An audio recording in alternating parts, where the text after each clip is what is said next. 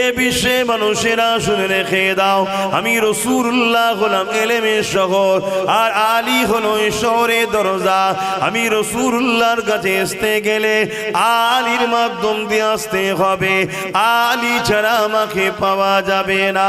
সেই হযরতে আলীকে শহীদ করে দিল দাড়িওয়ালা টুপিওয়ালা মুনাফিকরা, সাধারণ মানুষের মধ্যে বিভ্রান্ত তৈরি করে দিল। কোরআন হলো আল্লাহ পাকের কথা, কোরআন মানো, আলীর কথা মেনো না। হযরতে আলী কার কথা শোনাচ্ছিল? আল্লাহরই তো কথা শোনাচ্ছিল। কিন্তু আমার নবী সাহাবারা কি বলেছিল? এ বিশ্বে মানুষ ধোঁকায় পড়ে যাও না, অবশ্যই কোরআন মানবো, কিন্তু অন্য কারো থেকে নয়, হযরতে আলী থেকেই মানবো।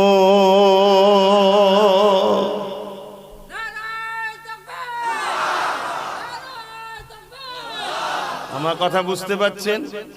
আমরা মানবো তো কোরআনকে।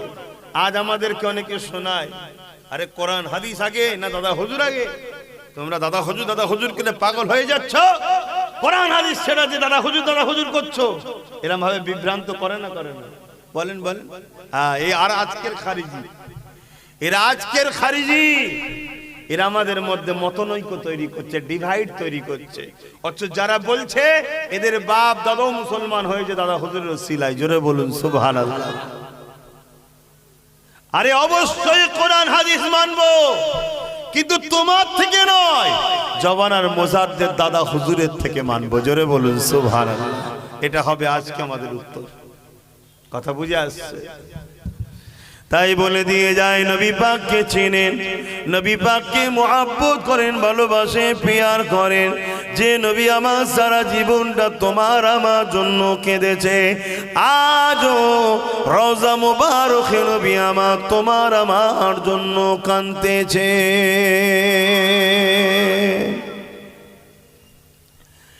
এ নওজওয়ানেরা, এই পৃথিবী জুড়ে যারা আমাদেরকে মিটাতে চাইছে, তারা বারবার মিটে গেছে, আমাদেরকে মিটাতে পারেনি।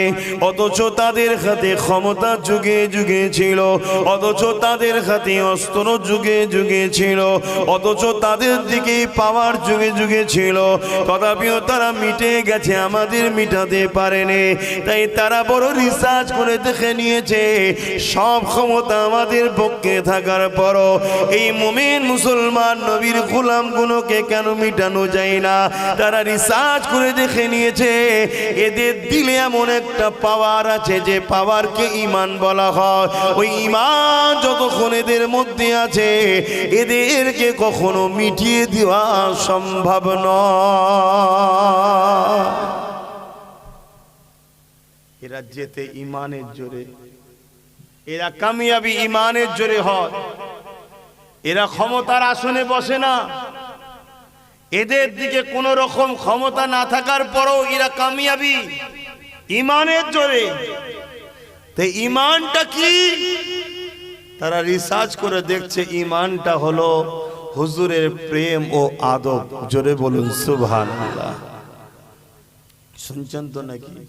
হ্যাঁ, হুজুরের প্রেম ও আদব, এটা হলো ঈমান। আমার কথায় একমত হতে পারছেন তো নাকি? কারো মাথায় ঢুকছে না যে আপনি আল্লাহর কথা বললেন না? তো আপনি তো আল্লাহর কথা বললেন না, যে আল্লাহকে মানা, আল্লাহর প্রেম আদব। আল্লাহকে দেখেছেন? আল্লাহকে ধরা যায়, ছোঁয়া যায়, শুকা যায়, দেখা যায়। আল্লাহ পাক তাই তার হাবিবকে মডেল করে দিয়েছে। এটাকে যদি ধরো আমায় ধরা হবে, এটাকে ছো আমায় ছোঁয়া হবে। তার মানে এনাকে পিয়ার করা, আমাকে পিয়ার করা, এনাকে মহব্বত করা, আমাকে মহব্বত করা, ইনার অনুসরণ করা, আমার অনুসরণ করা। কেন? আমি আল্লাহকে তোমরা কখনো দুনিয়ায় দেখতে পাবে না। আমার বন্ধুকে দেখো, আমার কুদরত দেখে তুমি আমি আল্লাহ আমাকে চিনে যাবে। জোরে বলুন সুবহানাল্লাহ। বুঝাতে পারছি?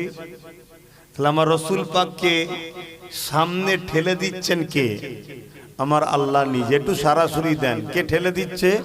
আল্লাহ। যে আমার বন্ধুটাকে ধর, এটাকে ধরা যায়, আমায় ধরা যায় না। এটাকে ছোঁয়া যায়, আমায় ছোঁয়া যায় না। এটাকে দেখা যায়, আমাকে দুনিয়ায় দেখতে পাবি না। তাই আমার হাবিবকে ভালোবাস। শোনা আছেন মহাশয়কে বসতে এদিকে সরে আসে না, সরে আসে। আপনি বসেন না, বালতারে বসেন, চেপে বসেন। সামনে থেকে গিয়ে যান, মহাশয়কে বসে দেন বালতারে, বস না, কষ্ট হবে। আমি কি বুঝাচ্ছি আপনারা বুঝছেন? কি গো যুবকরা, বুঝছো তো নাকি? আমাদের তো সব হারা, সব শেষ, সব শেষ। যদিও বা নামাজ পড়তে যাই বা যান, সেই নামাজ তো হয় না যে নামাজ সাহাবারা পড়েছে।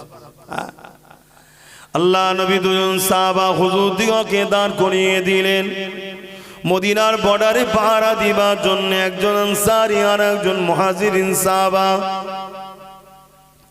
সাহাবা হুজুরদের মধ্যে আলোচনা শুরু হয়ে গেল, ভাই দুজন মিলে জেগে থেকে কি লাভ? হাফ রাত বা কিছু সময় আপনি পাহারা দেন, আমি ঘুমাই, আমি পাহারা দেবো, আপনি ঘুমাবেন। দুই ভাইয়ের মধ্যে সেটিং হয়ে গেল। এ যুবকেরা, মুহাজিরিন সাহাবা ঘুমিয়ে পড়লেন, পালাক্রমে আনসারী সাহাবা দাঁড়িয়ে রইলেন। আনসারী সাহাবা চিন্তা করতে লাগলেন, বেকার দাঁড়িয়ে দাঁড়িয়ে কি লাভ? আল্লাহ পাকের নামাজে দাঁড়িয়ে যায়। আর এখন এমনও মুসলমান আছে জুম্মাতেও নামাজ পড়ে। আহা, এ নওজওয়ানেরা, আনসারী সাহাবী যেই নামাজে দাঁড়িয়ে গেল, সঙ্গে সঙ্গে বেঈমান জালিমরা এদিকে চলে এসেছে।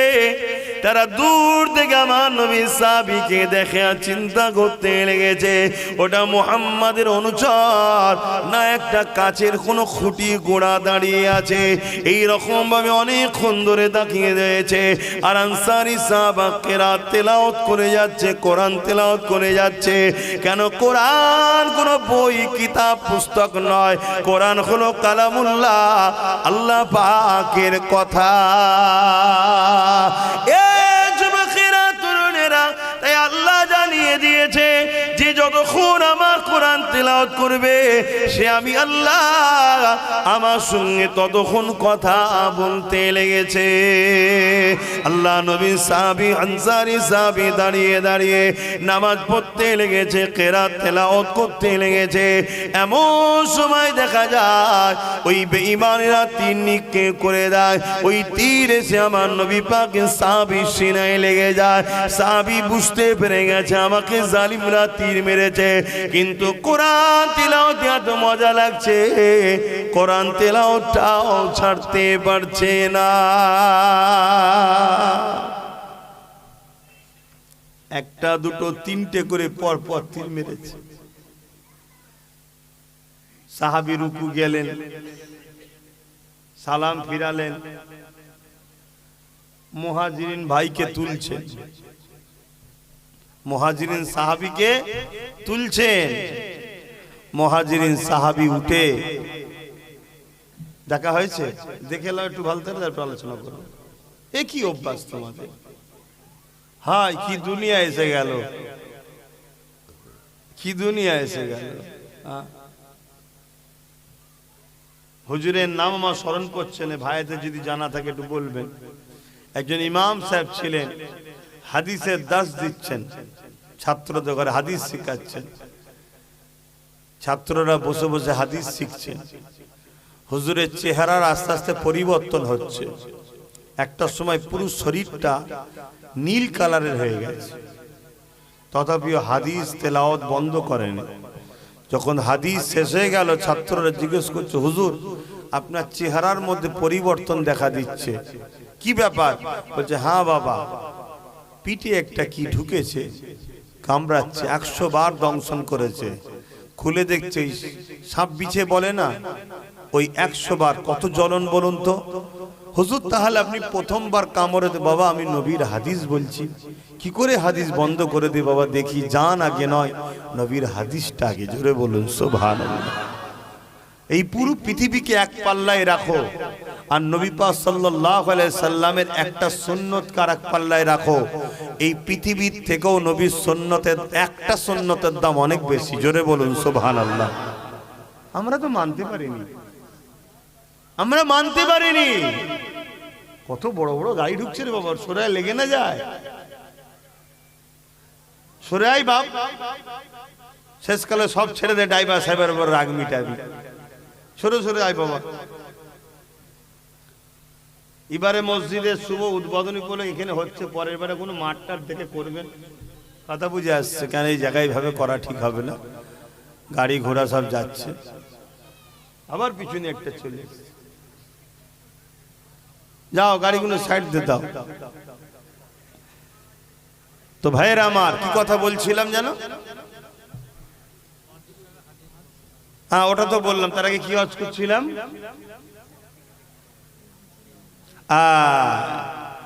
কোরআন মুহাজিরিন সাহাবীকে তুলছে, ভাই ওঠো, দুশ্মনেরা শত্রুরা হামলা করে দিয়েছে।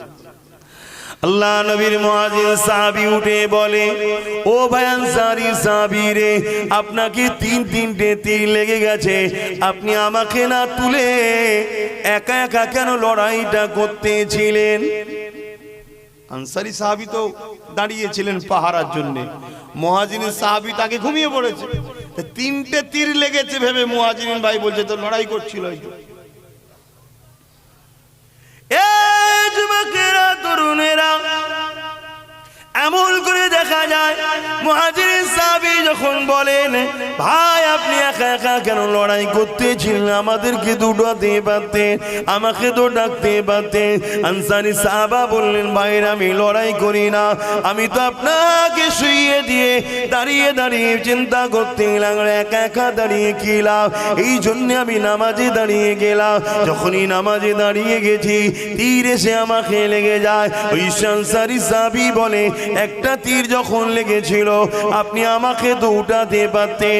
নূর নবী দয়া নবী জানিয়ে দিয়েছে, নামাজ যেমন ফরজ, এটা অবশ্য নফল নামাজ পড়ছিল, তাহলে জান বাঁচানোটাও তো ফরজ, তাহলে আপনি কেন নামাজটা ছেড়ে দিয়ে তুললেন না?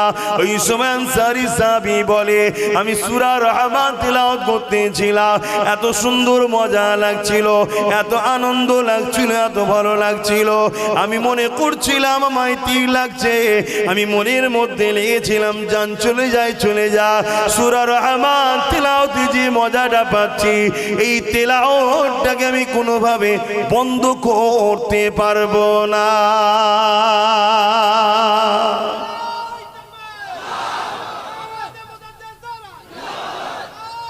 আল্লাহ ভাই আমার তাকবীর দিবিনি ভাই, তাকবীর আল্লাহর হবে, রসুলের হবে, দিন ইসলামের হবে, আর যার ওসিলায় পুরো ভারতের মানুষ ইসলাম পেয়েছি দাদা হুজুরের হবে। বাকি কারো তাকবীর দেওয়া বন্ধ কর। এই তাকবীর লিবার জন্য নতুন নতুন সব পীর হবার শখ করছে, শুধু তাকবীর লিবার জন্য, তাকবীর যাতে পাই, অন্য কিচ্ছু নয়। মৌলী সাহেবদের তাকবীর নাই, হুজুরদের তাকবীর। তো মৌলী সাহেব তো স্বাভাবিক ভাববে, তা আমাকে হুজুর যেমন করে হতে হবে তাকবীরটা পাওয়া যায় না। খাওয়াতে একই হয়, আল্লাহ করে খাওয়া আলাদা দেন নাকি মৌলী সাহেবদের ঘরে? সব একই, শুধু তাকবীর দিতে হবে। ওই জন্য বলছে আমার তাকবীর দিবি, সবাই ওপেন বলছি। তাকবীর আল্লাহর হবে, রাসূলের হবে, দিন ইসলামের হবে, আর একেবারে নেমো খারামি করা উচিত হবে না দাদা হুজুরকে বাদ দিয়ে। কি ভুল বলছি নাকি? তার ওসিলায় আমি দাদা হুজুর, আমার চলছে দাদা হুজুরের ওসিলায়। হ্যাঁ, দাদা হুজুরের আওলাদ বলে তো মানুষ সম্মান করে। দাদা হুজুরের বাগান, এখন আমি ফল খেয়ে বেড়াচ্ছি। বাগান দাদা হুজুরের, আমার বাপের নয়, আমার দাদুরও নয়। এই বাগান জবানার মুজাদ্দেদ দাদা হুজুরের। এই বাগানে আমার দাদাও ফল খেয়েছে, আমার বাপও খেয়েছে, রুহুল আমিন সাহেবও খেয়েছে, আজকে আমিও খাচ্ছি। কিন্তু বাগান দাদা হুজুরের, জবানার মুজাদ্দেদ তিনি, অন্য কেউ নয়। এটা মাথায় রাখুন। আর না হয় সব আব্বাস সিদ্দিকীর পাগল হয়ে যে লাস্টে দেখা যাবে দাদা হুজুরের সঙ্গে কানেকশন কেটে গেছে, সব শেষ হয়ে যাবে, সব শেষ হয়ে যাবে। গোড়া ধরে রাখো, গোড়া যদি গন্ডগোল হয়ে যায় সব শেষ। আর যাকে ধরবে তার সাথেও গোড়ার কানেকশন আছে কি দেখো। ঘরে সব লাইট টাইট পাকা পাকা সব লাগালে, যেখান থেকে মেন কারেন্ট আসে সেখান থেকে যদি মিটারের তারে যে কারেন্টটা আসে কেটে দেয় অফিস থেকে, এসে কি হবে? আপনি বলবেন আমি হ্যাভেলসের লাগিয়েছি, ভালো ভালো দামি দামি লাগিয়েছি, চলবে? অতএব এটাকে খেয়াল রাখবেন। খারাপ লিখছেন নাকি আমার কথা? আমি ঝগড়া করতে এসেছি না? আমার দাদা হুজুরের রুহানি বাচ্চাগুলোকে বাঁচাতে চেষ্টা করছি। আপনারা তো আমার দাদা হুজুরেরই বাচ্চা নাকি, তো বাঁচাবো না? কেউ এসে জাল দিয়ে পুকুরের মাছ তুললে চলে যাবে, আমি বলবো না যে পুকুর দাদা হুজুরে তুই জাল দিচ্ছিস কেন? কি বলবো না? বলবো না। এই বাংলায় যত সন্তান আছে, তুই মানো চাই না মানো, তুমি হলে আমার দাদা হুজুরের পুকুরের, বুঝাবার জন্য বলছি, মাছ, তুমি আমার দাদা হুজুরের মুরিদের ঘরের সন্তান। অতএব আজকে কেউ এসে তোমাকে তুলে নিয়ে চলে যাবে, মুনাফিক বানাবে, বেঈমান বানাবে, কাফের বানাবে, সাহাবাদের দুশমন বানাবে, নবীর দুশমন বানাবে, ওলি আউলিয়াদের দুশমন বানাবে, আমার ডিউটি তোমাকে 100 বার বুঝাবো। আর এতটাও যদি প্রয়োজন হয় তোমার হাত ধরেও টানবো ভাই হিসাবে, যে ভাই ভুল করছিস, তারপরেও যদি তুমি বলো যে দরকার নেই, ছিনিয়ে চলে যাও, সেটা আলাদা কথা, সেটা আলাদা কথা। আল্লাহ নবী সাহাবী আনসারী সাহাবী এ নওজওয়ানেরা এমন করে বলতে লেগেছেন, আমার যখন প্রথম তীরটা লেগেছিল আমি নামাজ ছাড়তে পারছিলাম না, কেরাতে এত মজা লাগছিল। দ্বিতীয় তীরটা লেগেছে আমি তখনও ছাড়ি না, তৃতীয় তীরটা যখন লেগেছে আমি নামাজকে ছাড়তাম না। হঠাৎ করে আমার মনে পড়ে যায়, নূর নবী তো আমাকে দায়িত্ব দিয়েছে, বাবা তুমি রাজা বর্ডারে পাহারা দাও, যদি আমি এখানে শহীদ হয়ে যাই কোনো অসুবিধে নাই, আপন করে দুশমনেরা এসে আপনি ক্ষমাচ্ছেন, আপনাকে শহীদ করে দেবে, এতেও কোনো অসুবিধে নাই। কিন্তু তারা গোপনে গিয়ে যদি আমার নূর নবীর উপরে হামলা করে দেয়, এই কথা যখনই মনে পড়ে গেছে, ভাই নামাজকে ছোট করে দিয়ে সালাম ফিরিয়ে আপনাকে উঠাতে লেগেছি। জানের জন্য নামাজ ছাড়ে নে, যাই নামাজ ছাড়বো না, নামাজকে ছোট করেছে নূর নবীর জানের জন্য, নূর নবীর সেফটির জন্য। জোরে বলুন সুবহানাল্লাহ। ঈমান দেখুন সাহাবা হুজুরদের ঈমান। আর আজকে লাখো কোটি নামাজি পাওয়া যাবে, হুজুরের প্রেমের বেলায় মুখ ভারী, হুজুরের দরুদ পড় মুখ ভারী। আরে নামাজের থেকে অনেক বড় ফরজ হলো দরুদ পড়া। আমি চ্যালেঞ্জের সাথে বলে যাচ্ছি, নামাজের থেকে অনেক বড় দরুদ হলো, ফরজ হলো দরুদ পড়া।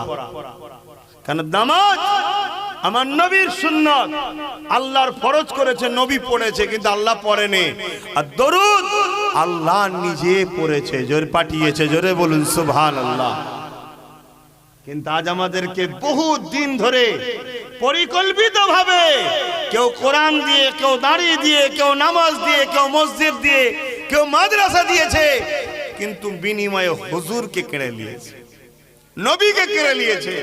আর নবী না থাকার দরুন মসজিদ থাকার পরেও মসজিদের মধ্যে ঝগড়া হচ্ছে, নবী না থাকার দরুন মাদ্রাসার মধ্যেও চিটিংবাজি, প্রতারণা, ঝগড়া হচ্ছে।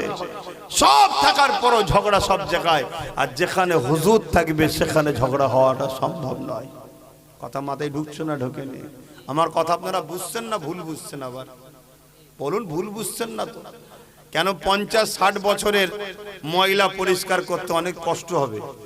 50-60 বছরের ধরে এই চেষ্টা, 50-60 বছর ধরে এই চেষ্টা চলছে যে হুজুর থেকে উম্মতকে সরাও। আমি বাংলার কথা বলছি, অন্য অন্য জায়গায় 100 বছর ধরে চলছে। কথা বুঝে আসছে? আর তার আগেও যুগে যুগে যুগে যুগে ছিল, কিন্তু কামিয়াবি হতে পারেনি। এই যে আজকে বিরাট একটা কামিয়াবির জায়গায় তারা পৌঁছাতে পেরেছে, উম্মতকে নবীর থেকে সরিয়েছে, এটা সুলতান আব্দুল হামিদ চলে যাবার পর এরা মাথা ছাড়া দিয়েছে। যতদিন সুলতান আব্দুল হামিদ ছিল এরা মাথা চারা দিতে পারেনি। কেন? সুলতান আব্দুল হামিদ ছিলেন রসুলের আশিক। কেউ নবীর সামনে গুস্তাখি করলে সঙ্গে সঙ্গে তার বিরুদ্ধে মৃত্যুদণ্ডের ফতোয়া দিত, মৃত্যুদণ্ড, শাস্তি। কথা মাথায় ঢুকছে না? ঢোকেনি? হ্যাঁ, আমি এই জায়গায় ছোট্ট একটা কথা বলছি, তাহলে বুঝতে পারবেন আমার নবীর বিষয়ে আমাদেরকে কতটা সজাগ হওয়া দরকার, কতটা সজাগ হওয়া দরকার। এক বন্ধু আর এক বন্ধুর সঙ্গে কথাবার্তা হচ্ছে, একজনের সঙ্গে আর একজনের কথাবার্তা হচ্ছে, আর সেখানে আমাদের মাযহাবের একজন জগৎ বিখ্যাত ইমাম, ইমামে আজম আবু হানিফা হুজুরের ছাত্র হযরতে ইউসুফ, ইমাম হযরতে ইউসুফ রাহমাহুল্লাহ তিনি সেখানে উপস্থিত। ওদের মধ্যে কথা হতে হতে একজন বলছে যে আমার দয়ান নবী কদু খেতে বড় পছন্দ করতেন। শুনছেন আপনারা? শুনছেন তো? দয়ান নবী কদু খেতে বড় পছন্দ করতেন। এই কথাটা শুনে আরেকজন উত্তর দিচ্ছে, ভাই আমাকে কদু ভালো লাগে না। আমাকে কদু, এর মধ্যে ভুল কিছু আছে এমন কোন কথা? হুজুর পছন্দ করতেন একজন বলল, আর একজন বলল ভাই আমার কিন্তু কদু পছন্দ নয়, আমি কদু খাই না, আমি পছন্দ লাগে না। এর মধ্যে ভুল কোথায় আছে? কিন্তু হযরতে ইমাম ইউসুফ রাহমাহুল্লাহ উঠে দাঁড়িয়ে পড়লেন। ইমাম, জগৎ বিখ্যাত ইমাম, ফকিহ, ফতোয়া দেয়। ইসলাম শরিয়াতের জজ তিনারা। ইসলাম শরিয়াতের মুফতি মানে কি? জজ, কাজী, বিচারক। ফতোয়া দিলেন এ মালাউন যদি তওবা না করে কে কতল করা ফরজ হয়ে গেছে। জোরে বলুন সুবহানাল্লাহ। কেন না? ও নবী কদু খেতে পছন্দ করে, তার রিয়াকশন পাল্টাও বলল আমার পছন্দ নয়। অতএব নবীর পছন্দের সাথে পাল্টার পছন্দ নয় বলাটার দরুন শরিয়াতের ফতোয়া ও কুফরি করেছে, ওকে কতল করতে হবে, কতল করা ফরজ হয়ে গেছে, অজীব হয়ে গেছে। ভাবতে পারছেন আমার নবীটা কে? সেই নবী সম্বন্ধে আমাদের কতটা গুরুত্ব থাকা দরকার, কতটা প্রেম থাকা দরকার, কতটা আলোচনা করা দরকার, কতটা এই যুব সমাজকে তার লিডারকে চিনানো দরকার। আজকে এই যুব সমাজ তো লিডারহীন বলেই মার খাচ্ছে। এদের লিডার কই? বলুন, এদের লিডার কই? এদের না ধর্মীয় লিডার আছে না রাষ্ট্রীয় লিডার আছে। আমি ধর্মীয় লিডার নিয়ে আলোচনা এখন করবো, কেন ধর্ম সভায় এসেছি। যখন জনসভায় আসবো তখন রাজনীতি লিডার নিয়ে আলোচনা করব। ধর্মীয় লিডারই বা কই আপনাদের? বলুন কই? আমার কথা বুঝতে পারছেন তো নাকি? এই উম্মতকে উচিত রাসূল চিনানো। প্রত্যেকটা মসজিদে 4টে জুম্মা হয়, 3টে জুম্মা ইমাম সাহেবের উচিত এই উম্মতকে নবী সম্বন্ধে জানানো, নবীর জীবনী শোনানো। এখন কেউ বলতে পারে আমি নবীর জীবনী শোনাইনি, আমি কিন্তু কোরআন শোনাই, আল্লাহর কথা শোনাই, আল্লাহর কথা শোনাই, তাফসীর খুলে খুলে জুম্মায় জুম্মায় বয়ান করি। মনে রাখবেন আরেক মুনাফিক, আমি এত বড় কথা বলে যাচ্ছি, আরেক মুনাফিক যদি বলেন কেন? আমার নবীর জীবনীটাই হলো রাসূলের প্রকৃত, নবী পাক সাল্লাল্লাহু আলাইহি ওয়াসাল্লামের জীবনীটাই হলো আল্লাহর কোরআনের বাস্তব হলো নবীর জীবনী। জোরে বলুন সুবহানাল্লাহ, আরো জোরে বলুন সুবহানাল্লাহ। আম্মা জান আয়েশা সিদ্দিকা রাদিয়াল্লাহু তাআলা আনহাকে আমার নবী সাহাবারা জিজ্ঞেস করেছিলেন, আম্মা জান আমার নবী পাক সাল্লাল্লাহু আলাইহি ওয়াসাল্লাম সম্বন্ধে কিছু বলেন, তেনাকে তো আমরা চিনতে পারলাম না, তেনাকে আমরা চিনতে পারলাম না। সাহাবারা বলছেন আমরা চিনতে নবীকে, জোরে বলুন, পারিনি।